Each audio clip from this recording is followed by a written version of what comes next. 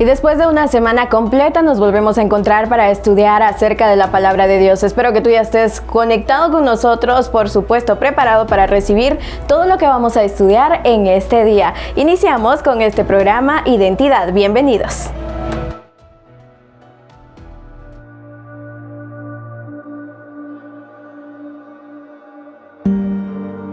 Es fácil desviarse.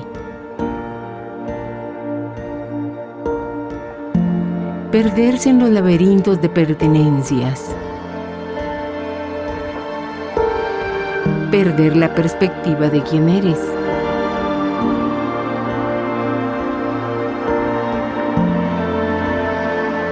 ¿Cómo encontrar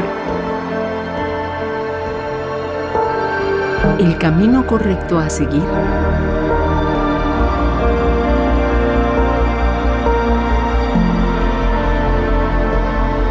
Para descubrir por qué Dios te hizo.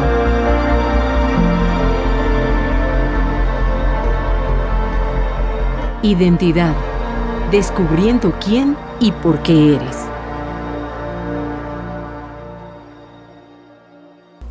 Y como cada semana estudiamos con pastores que estudian la Biblia a menudo y nos pueden explicar todas las dudas que tengamos acerca de los temas. Hoy tenemos un tema importante que es la guerra de todas las guerras.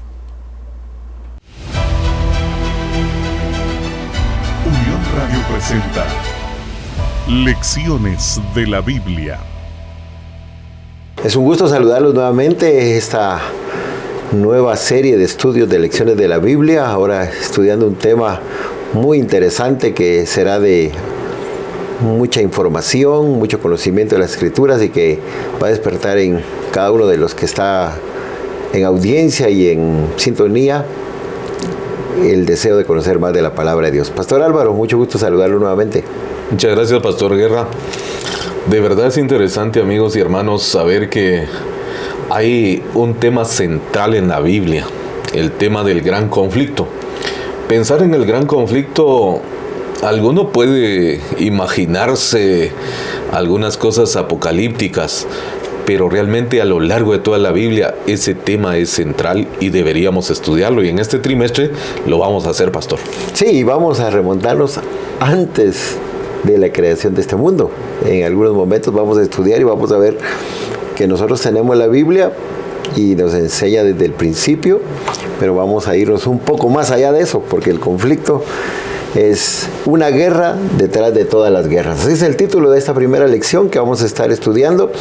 Y entonces vámonos a ese tiempo que nosotros no conocemos cuándo sucedió, pero la Biblia dice que fue en el cielo, antes de ser creado.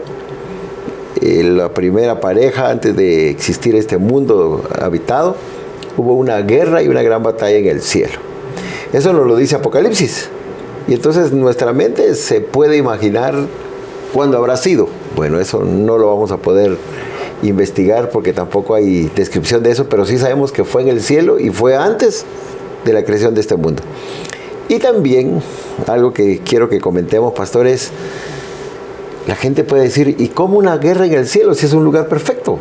Porque el cielo se habla de algo perfecto, donde todo es armonía, donde todo camina bien, en un orden, lugar perfecto, y hubo guerra. Así es como lo escribe la Biblia, hubo una guerra en el cielo. Sí, la gente a veces dice fue Dios el que creó el mal porque si hubo guerra en el cielo, aunque algunos se ignoran de esa guerra, pero los que saben piensan a veces, ¿cómo es posible que Dios hizo al mal?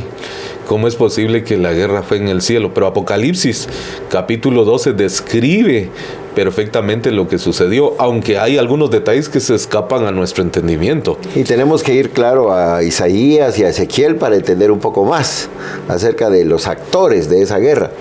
Pero lo que sí está claro es que fue antes. Claro, fue que mucho fue tiempo antes y no sabemos cuándo fue. Y fue en el cielo. Y mire cómo lo dice Apocalipsis, hubo una gran batalla en el cielo. Miguel y sus ángeles combatieron contra el dragón. Y el dragón y sus ángeles combatieron, pero estos no prevalecieron ni se halló más lugar para ellos en el cielo. Así es. Y de esta guerra no es una guerra como nosotros tenemos el concepto de guerra o lo que vemos en una película, en una serie. No, que es una batalla por la mente. Y lo que estaba pasando en el cielo era una lucha por la mente de los ángeles, los seres creados que estaban allí morando en el cielo, adorando a Dios. Y por eso cuando dice no hubo lugar para él, el dragón y sus ángeles, una tercera parte, fue expulsada del cielo. Porque la guerra fue, ¿qué motivo? Vamos a dialogar un poquito, ¿qué fue lo que motivó, cómo dio inicio? No sabemos tampoco cómo fue que dio inicio, pero sí sabemos dónde comenzó. Las ideas principales están aquí en el registro bíblico. Así es. Cuando uno desconoce este tema, pastor, uno se pregunta cosas así como ¿por qué sufrimos en este mundo? ¿Cuál es el motivo? Algunos piensan que Dios se ha burlado de nosotros porque nos hizo nacer en este mundo y aquí terminamos sufriendo. Pero cuando vamos a estos registros y cuando nos damos cuenta de esta guerra, despejamos muchas dudas. Así es, y por eso es importante estudiarlo. Claro que sí. Entonces, ¿cómo comenzó? La guerra comienza en el cielo. En la mente de un ser. En la mente de un ser. Hay un querubín que Dios creó. Dios perfecto. No creó al mal, lo creó perfecto. Así es. Hermoso en gran manera. Tanto así que el libro de Isaías dice que es el lucero de la mañana. Es un ser resplandeciente con tanta belleza. Y hay que reconocer que en este tiempo todavía algunos teólogos dicen que la belleza la mantiene. Y este querubín era Lucifer. Así es. Y ahí es donde comienza a desarrollarse en su mente esa idea. Comienza a entrar un celo, comienza a entrar el egoísmo, comienza a producirse el orgullo y eso provoca reacciones en el cielo. Cada acción tiene una reacción. Así es. Y entonces engañó a la tercera parte de los ángeles del cielo. El intento fue engañar a todos. Correcto. Y empezó a hablar de Dios, que el amor de Dios no era tal como Dios lo decía, y la adoración a Dios, ¿por qué tenía que ser solo a Dios? Sino también ellos como seres creados también tenían derecho a otros privilegios, dijo él, ¿verdad? Empezó a llenar la mente de los ángeles de otros pensamientos. Y el registro nos dice que no se halló lugar más para ellos. Pero ¿cuánto tiempo pasó eso? Porque no fue inmediatamente que Satanás fue expulsado. Hubo un tiempo en que seguramente Dios le habló, lo llamó al orden, pero Satanás seguía empecinado en su capricho y Satanás seguía deseoso de obtener el lugar de Dios, porque eso es lo que dice la Biblia, que en su mente cuando ya se llenó dijo, subiré al lugar donde está el trono de Dios y me sentaré allí y seré semejante al Altísimo. Hay un libro que se llama El Gran Plan de Dios. Así es. En ese libro se habla de concilios en el cielo, donde se le hizo conciencia a Lucifer, donde se habló con él. La misericordia de Dios es tan grande. No dudamos que así tuvo que haber sido. Hablaron con él. Y sin embargo, él insistió en sus puntos de vista al punto que hasta el día de hoy él permanece llevando a la mente esos conceptos y destruyen a la gente. Así llegó el momento en que tenían que decidir, porque ese es otro aspecto que dice nuestra lección. Ese libro es un libro que vamos a estudiar también este trimestre. El gran plan de Dios, el gran conflicto, el conflicto de los siglos. El triunfo del amor de Dios también es otro de los títulos. Así que puede ser que las personas lo tengan con un título, tal vez tú que estás viendo lo tienes con otro título. Y si no, pues hay una variedad de facilidades para conseguirlo físicamente o virtualmente también. Virtualmente ahora. Ahí también. Así que hay una oportunidad de ir a leer el libro, que es un relato de la historia de la iglesia, te va a llevar también a entender un poquito más. Entonces llegó el momento en que el cielo estaba esa guerra en la mente y el corazón de los seres creados. Pero llegó el momento que se tenían que decidir. Tenían que elegir, y es que es importante que Dios ni en el cielo ni en la tierra ha forzado ni ha hecho seres autómatas, no ha hecho robots, sencillamente hay una libertad de elección. Y el mismo Lucifer tuvo que decidir juntamente con los ángeles que había engañado. Cuando llega ese momento de la elección, pastor, yo le quiero decir algo que pasó por mi mente y me quedé un buen rato pensando. Para nosotros decidir ahora, cuando nosotros ya vemos las consecuencias del mal, y cuando ya vemos lo bueno que es Dios y lo que ha hecho por nosotros, muchas veces decimos, si tomas la decisión equivocada, este va a ser los resultados. Hablamos de cárcel, de muerte, de enfermedad, de dolor. Pero los ángeles nunca habían visto el mal. Los ángeles nunca habían visto una tragedia. Los ángeles nunca habían visto consecuencias. Era un mundo perfecto, un cielo perfecto. Entonces cuando el ángel pasa por la mente y le dicen, tienes que decidir, yo me quedé pensando, ¿y el ángel qué tenía para decidir? La palabra de Dios y la palabra de Satanás. Aquí sí era solo eso, porque no podían ver en ningún momento cuáles iban a ser las consecuencias. Decidieron, tomaron la decisión, yo me quedo del lado de Dios, creo en lo que Dios dice, y los otros decidieron, no, nosotros creemos en Lucifer, nuestro líder, y decidieron. Y me quedé pensando en eso porque ahora nosotros pues ya vemos las consecuencias del mal y podemos decir, bueno, ya vemos por qué nos conviene decidir aquí. De alguna manera, pastor, yo lo he pensado así también, que tal vez nosotros, amigos, tenemos un poquito de ventaja con respecto a tomar las decisiones ahora. Nosotros ya hemos visto los resultados. A veces nosotros decimos, si hubiera estado yo en este lugar, pues mi decisión hubiera sido diferente. Pero aún teniendo nosotros vista las consecuencias, después de haber visto los resultados, continuamos tomando malas decisiones, tristemente. Pero qué bueno que es Dios, que nos ha dejado esa libertad de elegir. Qué bonito es que yo sepa, que yo diga, que yo analice y que al final de cuentas yo tenga que hacer lo que a mí me parece bien. Pero obviamente hay que respetar el marco de la palabra de Dios, como hemos dicho, ¿no? Así es, entonces los ángeles decidieron. Y los que decidieron del lado de Lucifer fueron aproximadamente una tercera parte. Por eso dice Apocalipsis que arrastró con él la tercera parte de las estrellas del cielo. Exacto, y los demás quedaron en el cielo sirviendo a Dios. Entonces, la Biblia siempre nos va a hablar de esa decisión. Lo vamos a leer en Génesis, lo vamos a leer en Éxodo, lo vamos a leer en Josué. Hay que decidir, y siempre hubo esa decisión. Josué le dice a su pueblo, mi familia y yo hemos decidido estar del lado de Dios.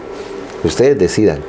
Elías en el Monte Carmelo dice, ¿hasta cuándo van a estar sin decidir? Decídanse. Tienen que tomar una decisión. A lo largo de la Biblia vamos a encontrar que nosotros, los seres humanos, tenemos que tomar una decisión. Y de esa decisión depende nuestro destino. Pero no podemos vivir sin tomar la decisión. No podemos ir llevando a ver cómo conviene y jugándola, como podemos decir que muchas veces hacen los seres humanos, para ver en qué momento me decido, ¿no? Porque tiene que tomarse la decisión, porque nunca sabemos qué puede venir en el futuro. De alguna manera, pastor, vivir así, si alguno piensa que está en indecisión, vivir de esa manera ya es una decisión. Ya está del lado del enemigo. Ya está del lado del enemigo, y precisamente eso torció la vida de los ángeles en el cielo. No podían quedar en un terreno neutral, correcto. Sí. Ellos tenían que definirse, y lastimosamente terminaron en el lado negativo, ¿verdad? Hoy hay mucha gente que prefiere ese lado, y qué triste. La invitación de Dios es a que decidamos, y que decidamos a favor del bien. Sí, estamos claros entonces que Dios siempre va a presentar la opción correcta.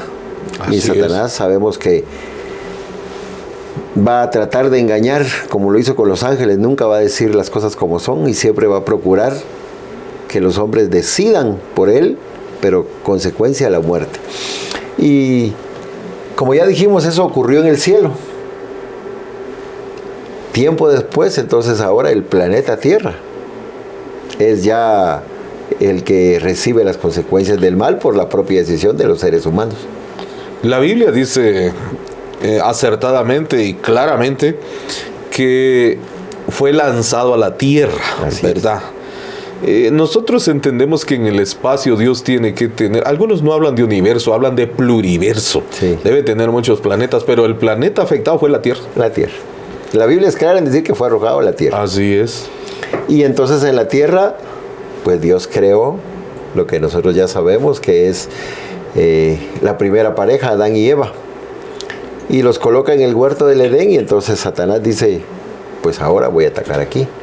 No pude derrotar a Dios en el cielo, a Jesús, y entonces ahora lo voy a hacer en este territorio.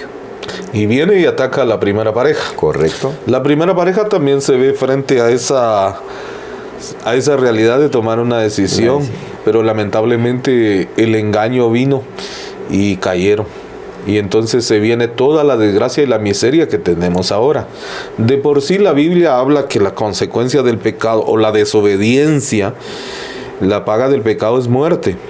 Pero también la paga del pecado son todas las miserias que vivimos, el dolor, la distancia muchas veces, las traiciones y todo lo que pasa en este mundo es producto también de la desobediencia y haberse apartado del plan original de Dios.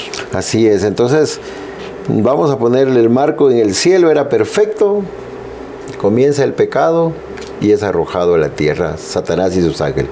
En la tierra también todo era perfecto.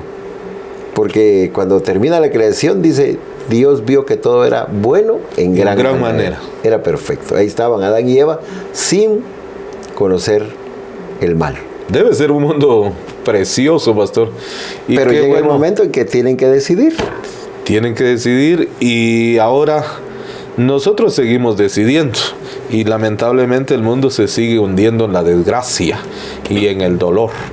Pero hay una esperanza, ¿no es cierto? Así es, de eso también vamos a hablar, porque pues ya Adán y Eva deciden por el mal, porque oyen la voz del enemigo y sí, nosotros también queremos ser como dioses, porque eso fue lo que él dijo en el cielo, y eso es lo que también le vino a decir a los primeros seres humanos, que serían como dioses. Y ellos dijeron, sí, queremos ser como dioses. Y cuando ya conocen el bien y el mal, se dan cuenta que fueron engañados. Esos conceptos son como los conceptos que ahora se manejan. La gente quiere ser Dios, endiosan ellos mismos. ¿Sí? Y finalmente terminamos engañados, terminamos en oscuridad, terminamos vacíos, terminamos solos. Es una experiencia triste que les tocó vivir también a nuestros primeros padres. Sí, eso enseñan muchas de las filosofías actuales. La filosofía, correcto. Que nosotros podemos ser los que controlemos nuestro propio mundo, nosotros somos los que tomamos las decisiones y nosotros entonces terminamos sufriendo las consecuencias. Pero hay una esperanza y de eso tenemos que hablar también, porque cuando ellos ya se dan cuenta de la realidad, entonces Dios, que los ama, Adán y Eva, va a buscarlos y les presenta una profecía. En la Biblia vamos a encontrar muchas profecías, pero esa es la primera profecía. Génesis 3:15. Génesis 3:15. Donde dice, le habla a la serpiente. Le habla a la serpiente. Pondré enemistad entre tu simiente y la simiente suya. Y es ahí donde tal vez Adán y Eva no entienden en su totalidad qué significa eso. De la simiente de ellos. Correcto. Pero al final nosotros hemos visto que era una de las grandes profecías y una de las grandes promesas para la humanidad, pastor. Sí, porque ellos no entendieron también cuando le dijo, tú le herirás en el calcañal, pero ella te aplastará la cabeza. Claro, Adán y Eva pensaron que iba a ser rápido, pero sabemos que no fue así. Pero sí sabemos en qué momento sucedió, y el descendiente, la descendencia que es Jesús, aplastó esa cabeza de Satanás, por lo cual ya nosotros sabemos que es un enemigo derrotado. Así como no prevaleció en el cielo y fue arrojado a la tierra, sabemos que también es un enemigo derrotado. Y así como hemos hablado hoy que el mal tiene un principio y fue en la mente y en el corazón de un ser que era perfecto, también debemos saber que el mal tendrá un fin.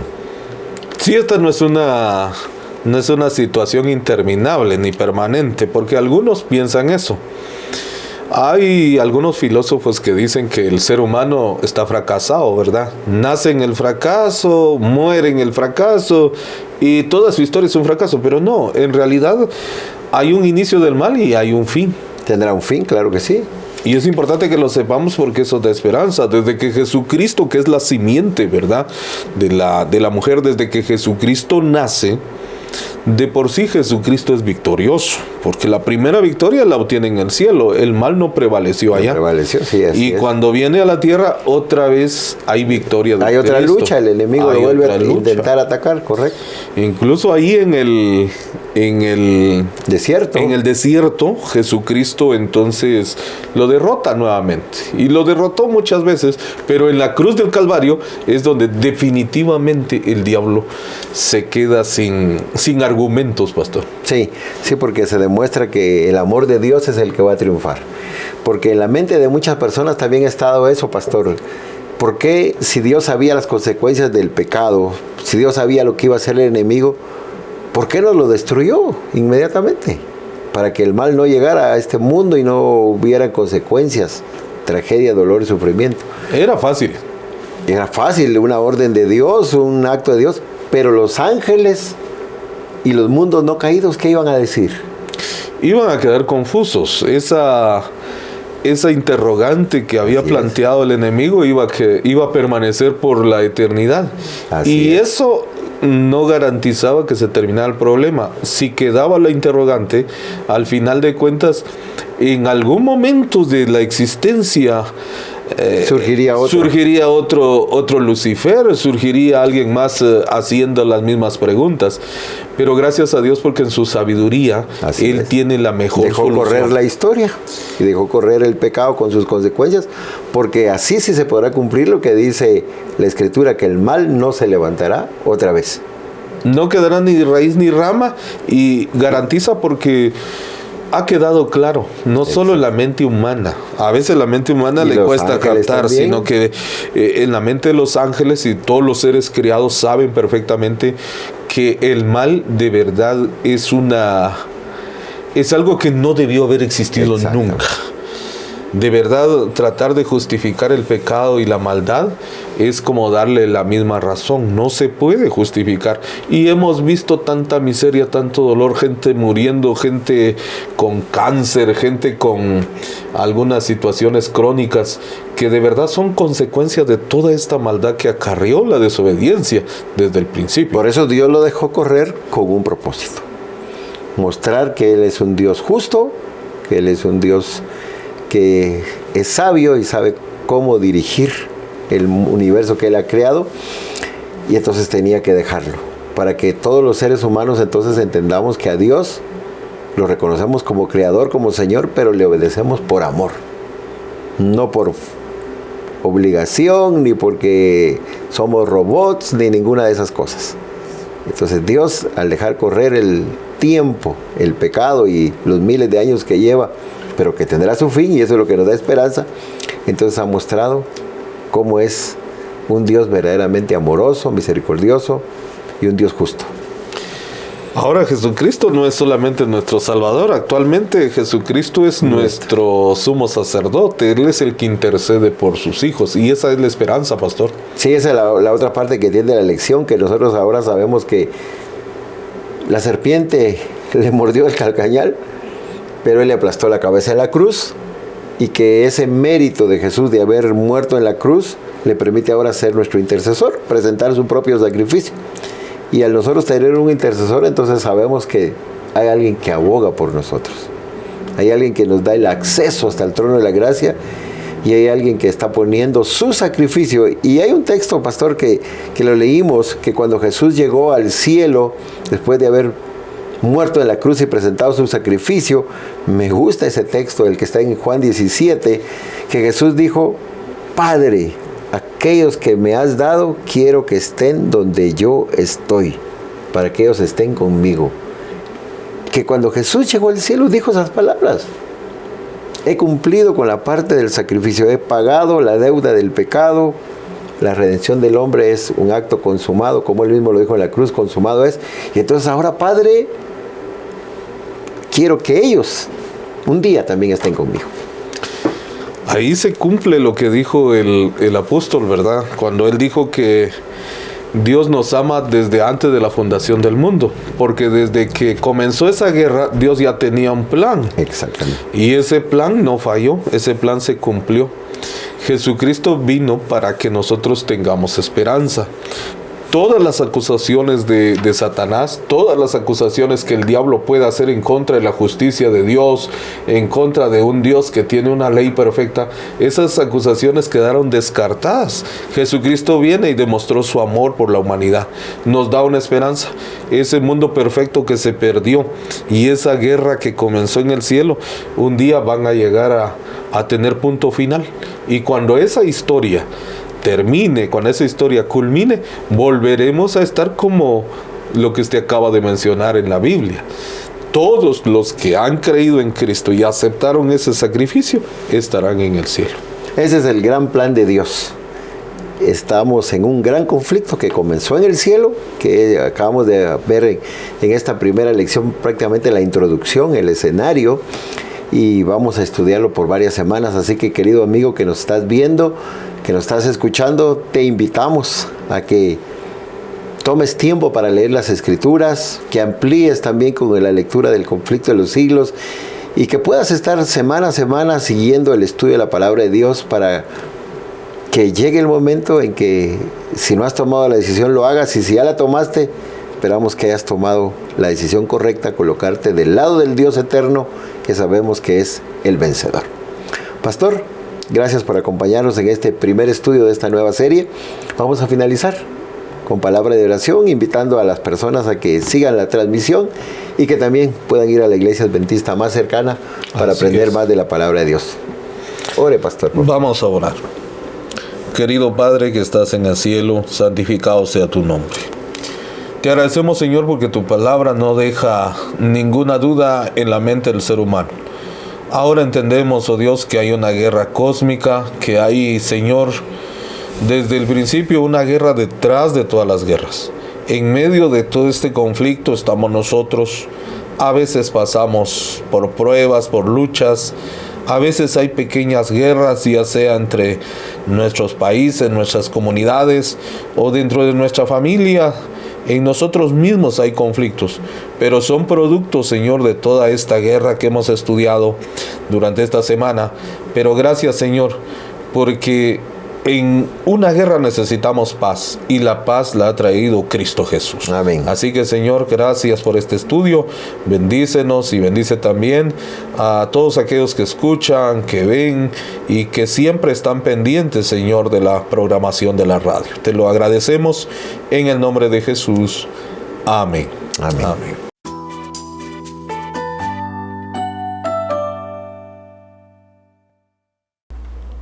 ¿Te has preguntado en algún momento cuáles son los propósitos de la creación? Si tienes esa duda, el pastor Eber Roblero ya está preparado para poder aclararnos esa pregunta. A continuación tenemos a nuestro invitado especial.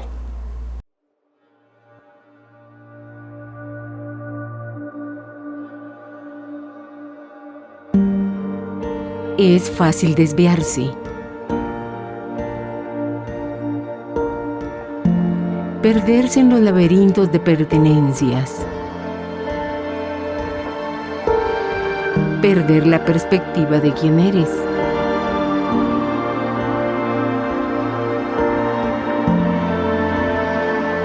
¿Cómo encontrar el camino correcto a seguir?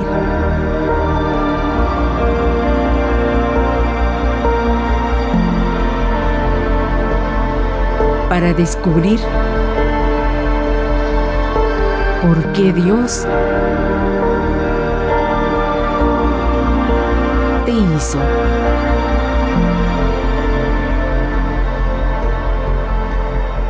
Identidad, descubriendo quién y por qué eres.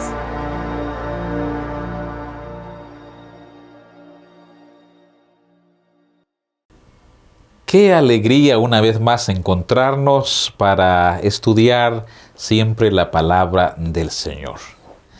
De verdad, agradezco sinceramente cuando ustedes escuchan la palabra del Señor y también comparten estos mensajes con otras personas. Gracias por sus mensajes también que constantemente recibimos y que nos animan a seguir estudiando la palabra del Señor.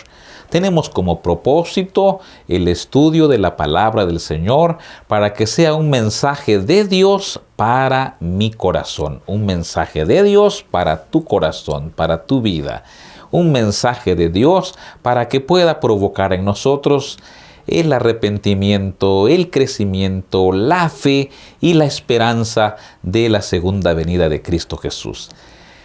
El tema de hoy lleva como título, y vamos a seguir con el asunto de la creación, pero vamos a ver cuáles son los propósitos de la creación. Siempre que se va a crear algo, es con un fin, es con un propósito. Por eso la Biblia, cuando habla de la creación, en el original, por ejemplo, cuando dice, y todo fue creado, ese todo implica que fue creado para,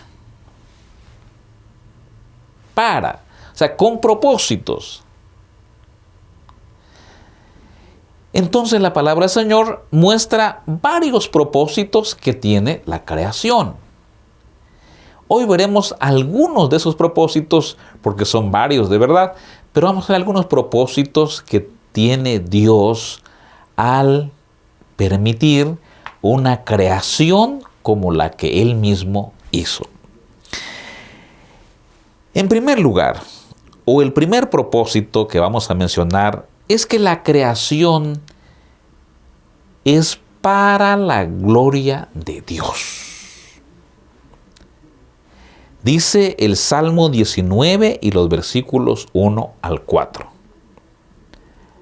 Los cielos cuentan la gloria de Dios, y el firmamento anuncia la obra de sus manos. Un día emite palabra a otro día, y una noche a otra noche declara sabiduría. No hay lenguaje ni palabras, ni es oída su voz. Por toda la tierra salió su voz, y hasta el extremo del mundo sus palabras. La creación es para revelar la gloria de Dios. Para revelar la gloria de Dios. Los cielos, dice el texto, cuentan o hablan o dan testimonio o son evidencia de la gloria de Dios.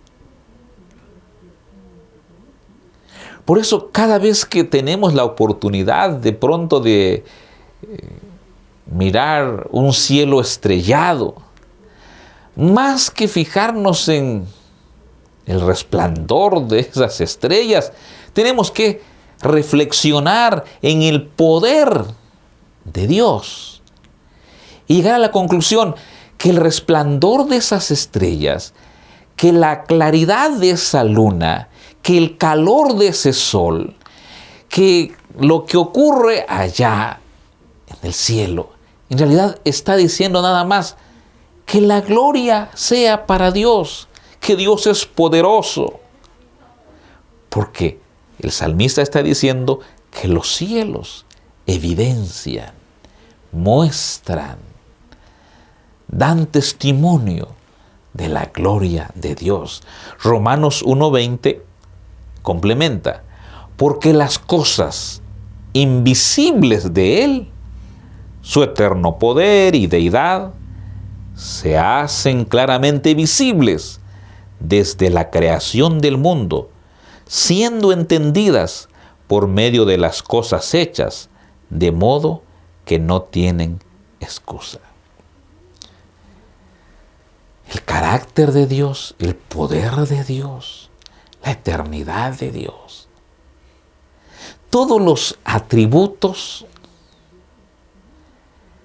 que tiene Dios y que no puede de pronto comunicarlos porque no podemos comprenderlos.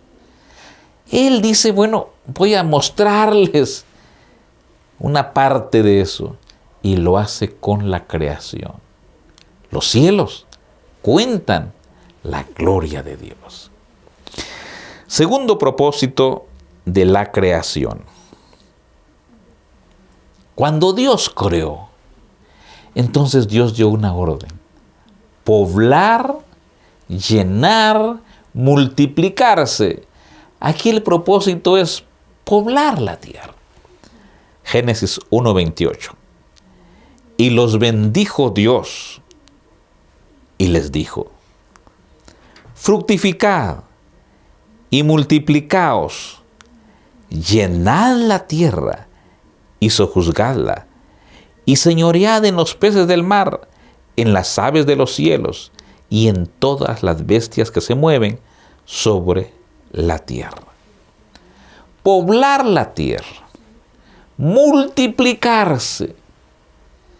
Y es que Dios es tan poderoso que de verdad su creación no quedó allí estática, por decir algo, sino que es activa. Activa.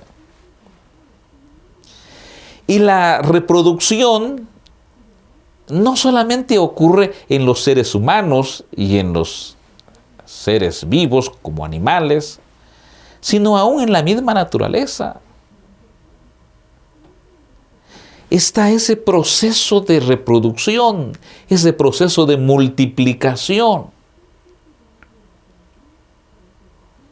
Un bosque, por ejemplo, se tala un árbol o dos árboles y sin que el hombre muchas veces intencionalmente vaya y ponga otro árbol ahí, ya está otro árbol creciendo. ¿Por qué? Porque el propósito de la creación es que haya reproducción. Es que haya reproducción. Por eso es que cuando Dios creó, dice el Génesis que creó especies para que esas especies continuaran con su reproducción. Con su reproducción. El mar, por ejemplo, contiene cantidad de variedad de seres acuáticos que constantemente ¿qué? Se están reproduciendo, están poblando. Si no fuera así, entonces con toda la cantidad de peces que se ha extraído de los mares y de los ríos, ya no existieran a lo mejor peces. Pero ese proceso de reproducción se da. ¿Por qué? Porque uno de los propósitos de la creación, Dios lo dio. Multiplíquense. Hay que poblar la tierra. Y por supuesto el hombre ha llevado a cabo ese proceso de reproducción, de poblar la tierra. Y creo que está tan poblada que alguien dice está más bien sobrepoblada. Pero en realidad son espacios de tierra donde existe la sobrepoblación, porque aún hay extensión de terreno también que no se ha ocupado. Pero el punto no es ese. El punto es, el propósito de la creación es la población, la reproducción. Tercer propósito de la creación de Dios. Y este es fundamental. Dios creó y le dio un propósito para adorarlo.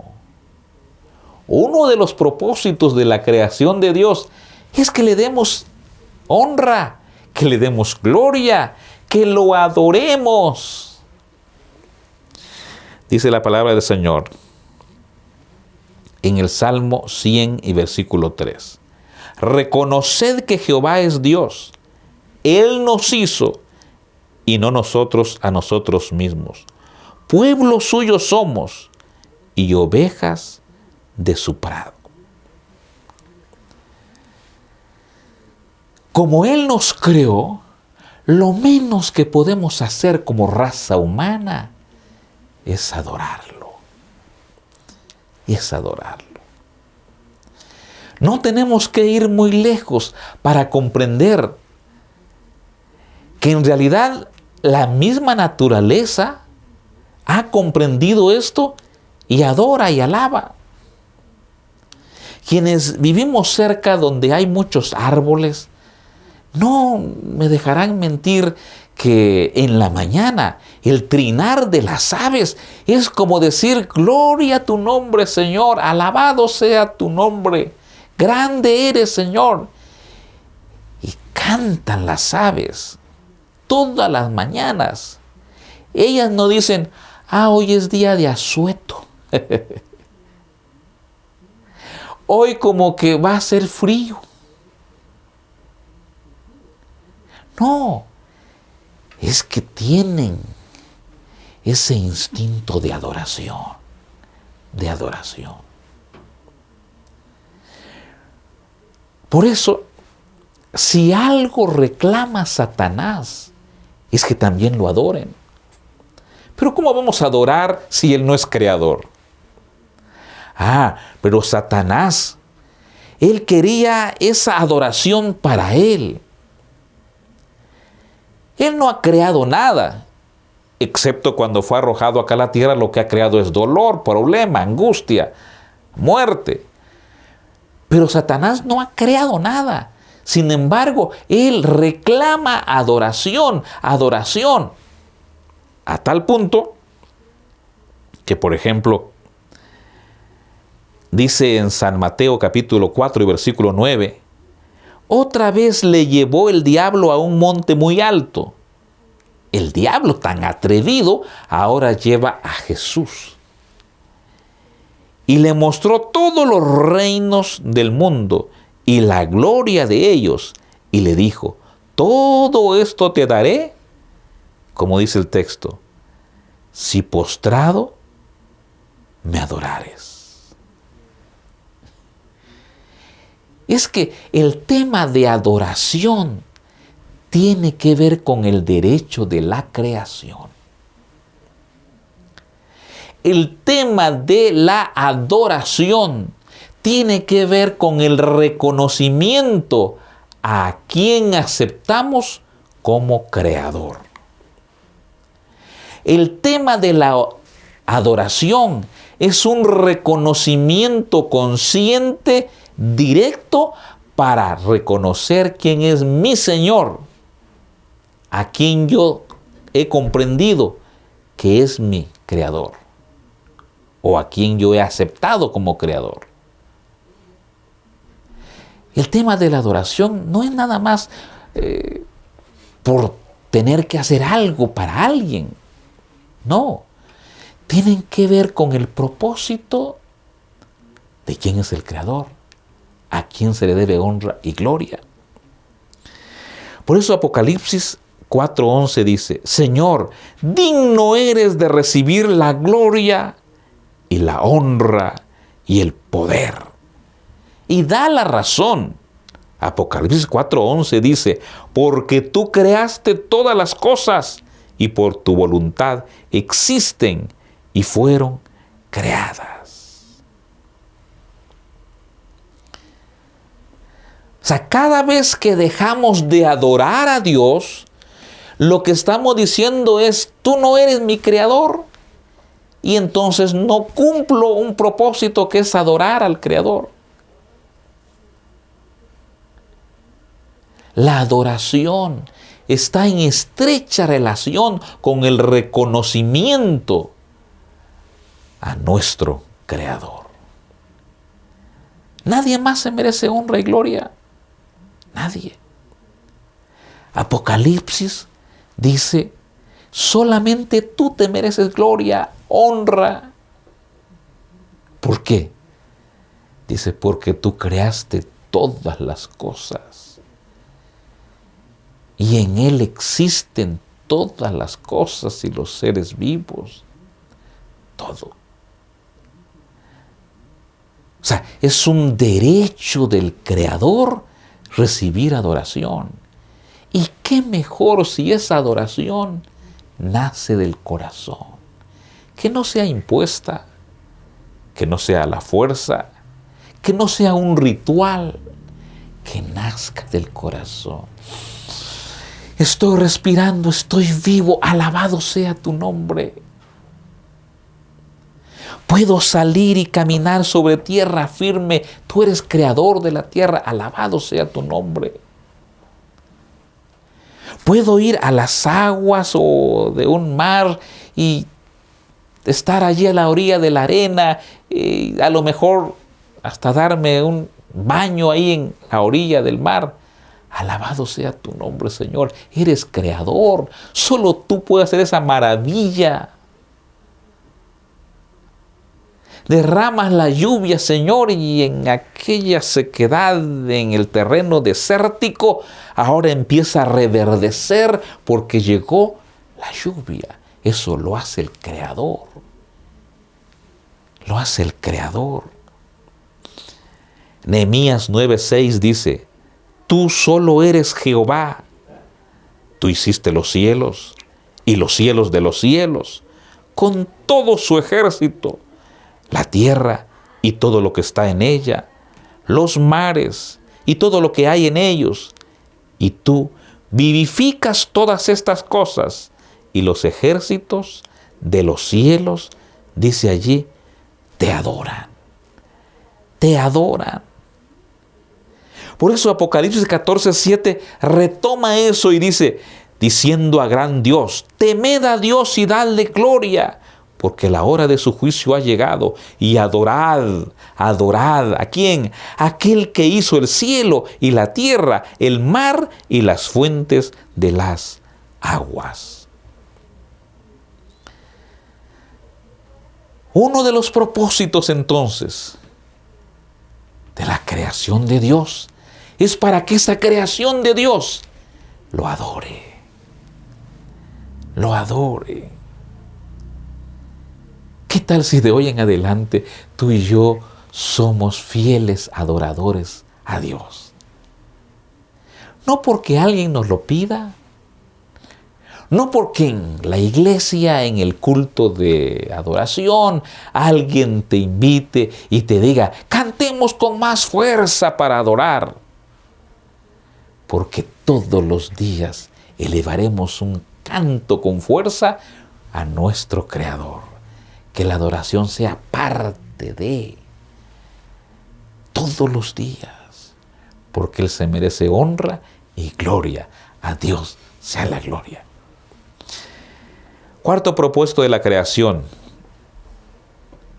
Administrar lo que Dios creó. Administrar lo que Dios creó. El Nuevo Testamento enseña en más de una ocasión lo importante de la administración de lo que Dios nos da. Por ejemplo, en el Nuevo Testamento hay un relato en San Mateo 24, 45 al 51. Dice, ¿quién es pues el siervo fiel y prudente, al cual puso su Señor sobre su casa para que les dé el alimento a tiempo? Bienaventurado aquel siervo, el cual cuando su Señor venga, le haya haciendo así. De cierto os digo, que sobre todos sus bienes le pondrá. Pero si aquel siervo malo dijere en su corazón, mi siervo tarda en venir, y comenzare a golpear a sus consiervos, y aún a comer y a beber con los borrachos, vendrá el Señor de aquel siervo en aquel día que éste no espera, y a la hora que no sabe, y lo castigará duramente, y pondrá su parte con los hipócritas. Allí será el lloro y el crujir de dientes.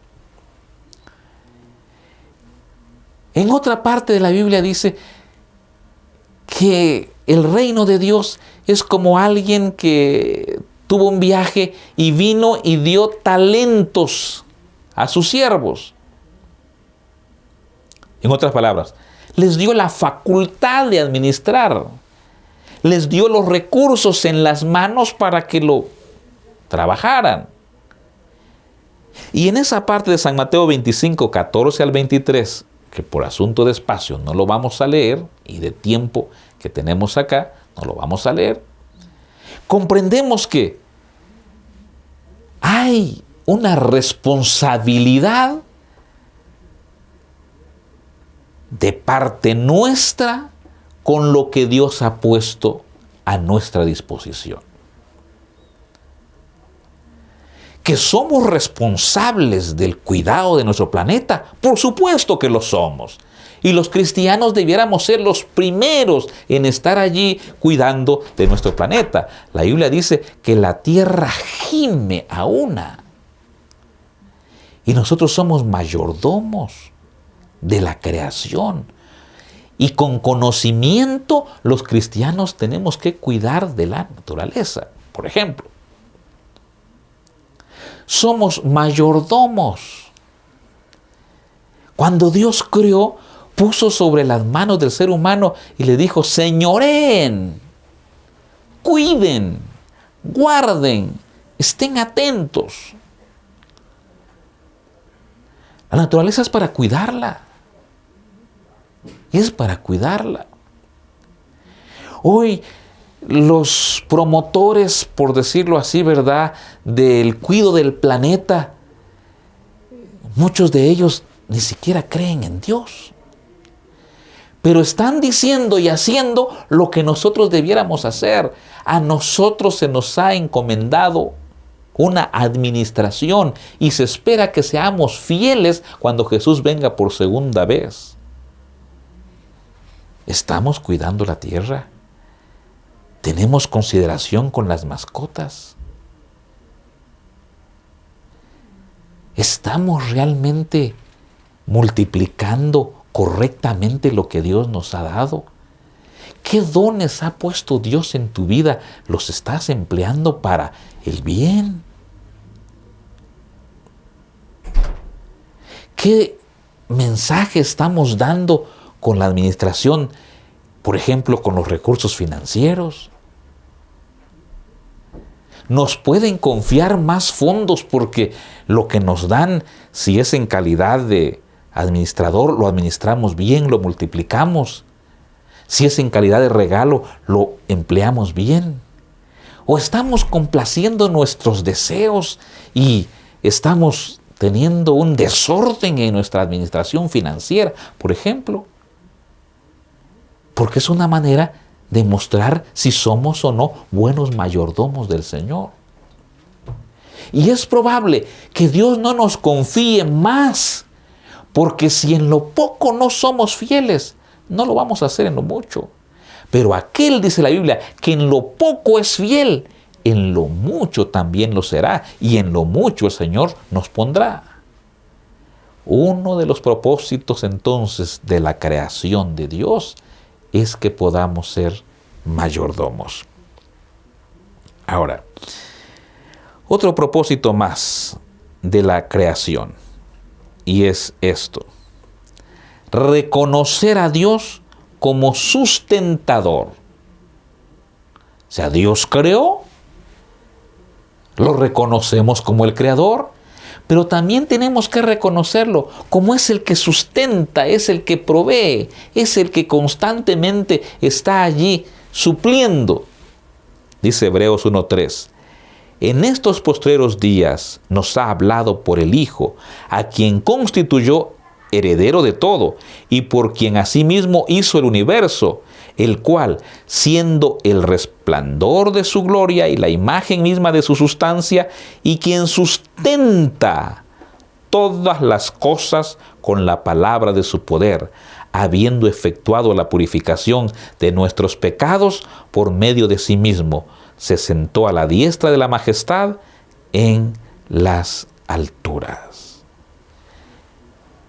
Él no solamente creó, ya que dice que Jesús fue el creador. Ya hemos visto que el Padre y el Hijo y el Espíritu Santo son la divinidad. Sustentan también la creación.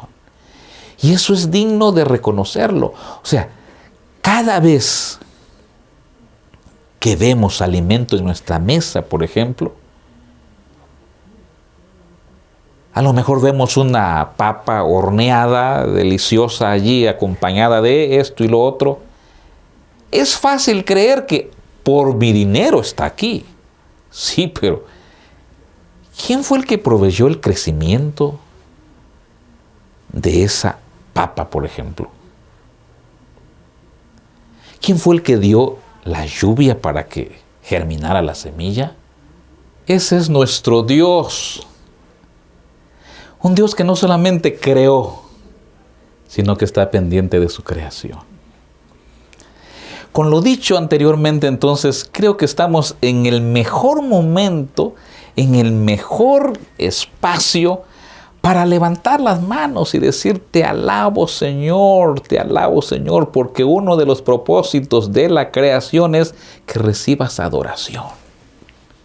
Nadie más puede recibir adoración excepto Dios, mi creador, mi sustentador, el que multiplica aún, el que sigue pendiente aún, el que está atento a sus criaturas.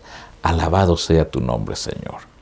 Yo quiero invitarte en esta ocasión a que de una vez por todas podamos decir: yo sé de dónde vengo, vengo de las manos del Creador. Yo sé hacia dónde voy otra vez a reunirme con mi Creador. Yo sé quién es el que me sustenta todos los días, es Jesús. Yo sé cómo se lleva a cabo el cuidado con los necesitados, con los enfermos, con todos. Es un cuidado de nuestro Creador. Y por eso el cielo mismo allá tiene un ambiente de adoración, porque los ángeles dicen: santo, santo, santo eres tú. Los profetas nos invitaron a decirle: te adoramos, Señor, porque grande eres tú. ¿Qué tal si en este momento tú y yo le adoramos al Señor y lo hacemos en esta oración diciéndole: Padre, de verdad he comprendido que tú eres el Creador, que yo soy criatura, que no me hice a mí mismo. Te debemos la vida, Señor. ¿Podemos orar? Oremos. Querido Padre, gracias por la creación. La creación habla de tu poder. La creación invita a que te adoremos siempre. La creación permite que seamos administradores. La creación permite que día a día entendamos que hay alguien que sustenta lo creado. Y ese eres tú, Señor. Con razón Juan vio que alguien decía: tú eres digno de recibir la honra, la gloria por los siglos de los siglos, porque tú eres creador. Gracias por crearnos. Gracias por sustentarnos. Decidimos en este momento rendirte honra y gloria, porque tú eres nuestro Creador, y aceptamos que somos tus criaturas, como dice el salmista: oveja de tu prado somos, Señor. Tómanos como enteramente tuyos. En el nombre de Jesús. Amén.